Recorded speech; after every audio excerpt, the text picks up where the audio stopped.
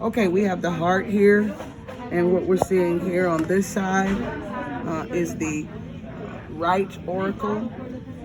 We see the left auricle here. We can see here is the aorta. Here is the pulmonary trunk. These are coronary vessels.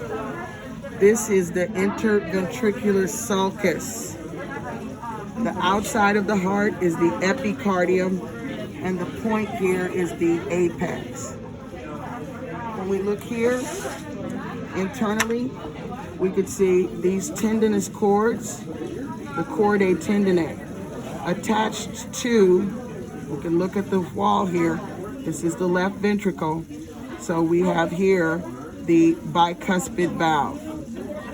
When we look here, the middle of this is the interventricular septum. This pin is right into this chamber, which is the left ventricle. This muscle here that these tendinous cords are anchored to, papillary muscle. What we're seeing here is the middle part of the muscle of the heart, the myocardium.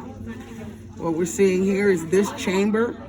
We know that this was the left ventricle. Then this has to be the right ventricle. We can compare the size of the wall. Right ventricle, okay?